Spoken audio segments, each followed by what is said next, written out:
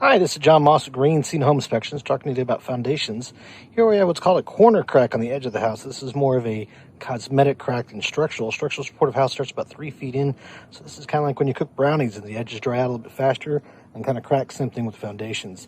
Over here we have our downspout. We want that extended away from the house. You can see the little splash guard there. It's already doing some soil erosion next to it, so we really want that going away from the house, so at least 3 feet. So when we're looking for cracks on the edges, again, that's more of a cosmetic than structural.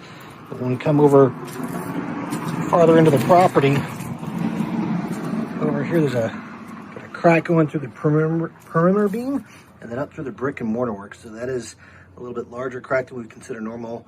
So we'd be recommending a structural engineer to come out to do some further evaluation on the foundation of the property.